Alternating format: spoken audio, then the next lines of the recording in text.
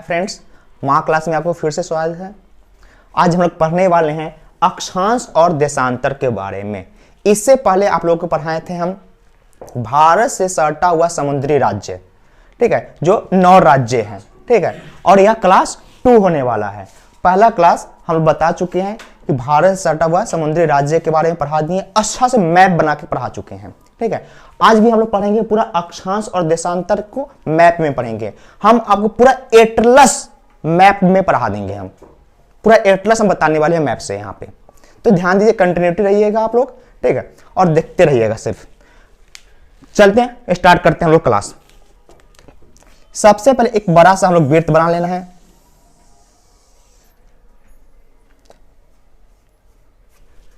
ध्यान दीजिएगा, वृत्त थोड़ा सा इधर होगा तो इन्हें कहिए सर वृत्त इधर उधर हो गया है। अब देखिएगा होता क्या चीज है। एक वृत्त के बीचों बीच रेखा खींच देना है। खींच दिए, इसको बोलते हैं 0 डिग्री। इधर नाम दीजिए या इधर नाम दीजिए, दोनों साइड एक ही हो जाएगा। अब यह रेखा को बोला जाता है, क्या नाम है? तो भूमध्य रेखा। भूमध्य रेखा। इसे दूसरा नाम है विषुवत रेखा। कंफ्यूज मत होइएगा कभी भी, भूमध्य रेखा का नाम है दूसरा विषुवत रेखा। इधर नाम लिखे या इधर नाम रखे, बात एक ही है। तो इसको विषुवत रेखा परिभाषा क्या हो सकता है? तो वह ऐसी काल्पनिक रेखा जो पूर्व से पश्चिम की ओर खींची गई हो। वो ऐसा काल्पनिक रेखा जो पूर्व से पश्चिम की ओर खींचा गया हो, उसी को कहेंगे विषुवत रेखा। यह काल्पनिक रेखा, कोई वास्तविक रेखा नहीं है, काल्पनिक रेखा है। अब जैसे हम लोग 2 भाग में खींचे, यह पृथ्वी 2 भाग में बढ़ गई, एक ऊपर एक नीचे। ऊपर जो बढ़ गया उसको बोलेंगे उत्तरी अक्षांश, तो नीचे जो बढ़ गई उसको बोलेंगे दक्षिणी अक्षांश।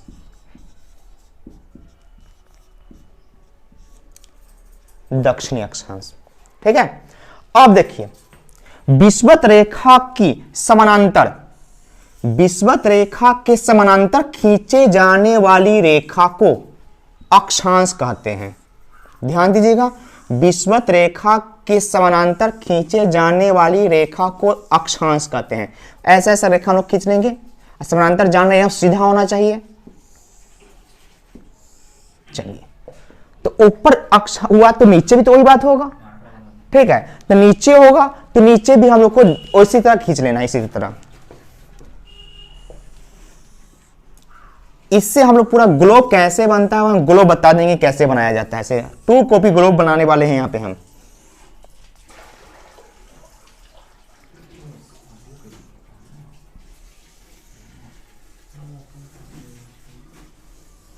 चलिए, हो गया हम लोग को। यह देखिए यहां पर यह रेखा हम फोकस कर दी, ये हो गया हम लोग को विषुवत रेखा या भूमध्य रेखा। ऊपर चलेंगे तो उत्तरी अक्षांश, नीचे चलेंगे तो दक्षिणी अक्षांश। यह जो समानांतर रेखा खींचा गया, यह इस रेखा को नाम दिया अक्षांश। ध्यान दीजिएगा, यहां पे इसका नाम दिया अक्षांश। और इसकी कुल संख्या, अक्षांश की कुल संख्या हो जाएगा 180। कुल संख्या हम लिख भी दे रहे हैं, 180 हो गया अक्षांश। और इसके बीच की दूरी,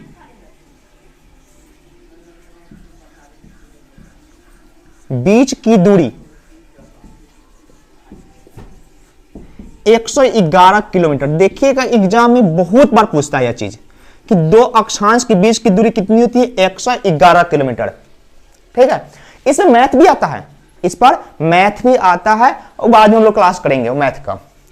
ये हो गया। अब देखिए, उत्तर से दक्षिण की ओर, उत्तर से दक्षिण की ओर खींचे जाने वाली काल्पनिक रेखा को देशांतर कहते हैं। ध्यान दीजिएगा, उत्तर से दक्षिण की ओर खींचे जाने वाली काल्पनिक रेखा को देशांतर कहते हैं। यह कोई वास्तविक रेखा नहीं है, इसे रेखा क्या खींच दिए, लाइन पार दिए, ऐसा कोई नहीं। हम लोग कल्पना किए, वैज्ञानिक लोग कल्पना की ऐसा होगा तो उसे अक्षांश कहेंगे, ऐसा होगा तो उसको देशांतर कहेंगे। ठीक है, अब ध्यान दीजिएगा, देशांतर के ऐसे करके रेखा पाएंगे हम लोग,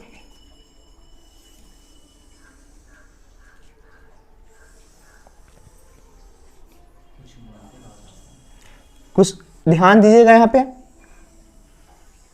यहां पे इस बिंदु पर आके मिलना चाहिए। हम लोग जानते हैं यहां पर क्या होगा, ध्रुव होगा, यहां क्या होगा, ध्रुव होगा, इधर भी ध्रुव हो जाएगा, इधर भी ध्रुव, तो यह हो जाएगा दक्षिणी ध्रुव, यह हो जाएगा उत्तरी ध्रुव। तो ऐसे ही हम लोग इधर से भी कर देना है, रेखा पार देना है, आराम से पारना है, कोई धरफड़ की बात नहीं है। हम लोग को कुछ सीखना है, नया करना है, तो टाइम लगेगा। यह हो गया। अब देखिए यह ध्यान देना हम लोग को, अब यह और यह देशांतर हुआ, यह देशांतर के बीच की दूरी होता है, यह हम लिख देते हैं, देशांतर की बीच की दूरी 111.34 किलोमीटर होता है, 111.34 किलोमीटर होता है। यह देखिए हाईलाइट कर रहे हैं रेड से, ध्यान दीजिएगा, बीच की दूरी 111.34 किलोमीटर होती है। और देशांतर की संख्या देखिए, देशांतर यहां पर है, यह देशांतर है ना, देशांतर की कुल संख्या होता है 360, 360 कुल संख्या 360 होती है। यही अक्षांश और देशांतर के बारे में हम लोग को हुआ। एक फिर से हम लोग रिपीट करते हैं।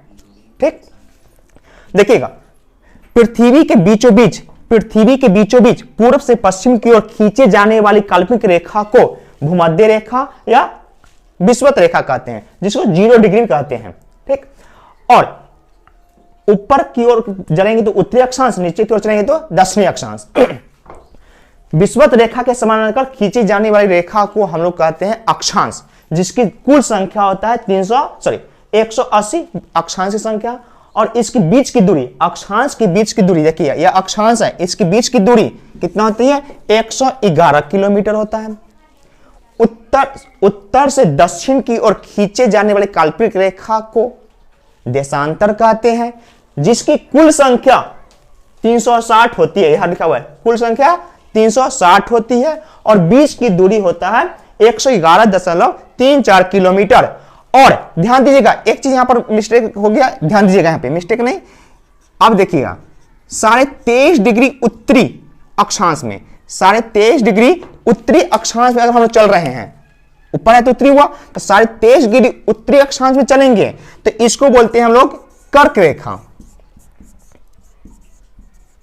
इसको बोलेंगे कर्क रेखा। और 23.5 डिग्री समझ लीजिए, हम कल्पना किए 23.5 डिग्री यह रेखा है, कोई जरूरी नहीं कि यही तो होगा, लेकिन हम कल्पना कर लिए, उसे नीचे हम मान लीजिए इसको कल्पना कर लिए कि यह हो जाएगा 23.5 डिग्री, यह हो गया 23.5 डिग्री, तो इसको हम बोलेंगे मकर रेखा। क्या बोलेंगे, मकर रेखा।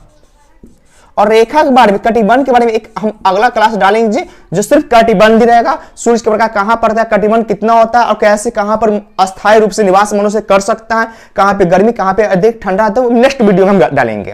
ठीक है, अगर वीडियो बढ़िया लगा होगा तो लाइक, सब्सक्राइब और शेयर जरूर कीजिएगा। थैंक यू, जय हिंद।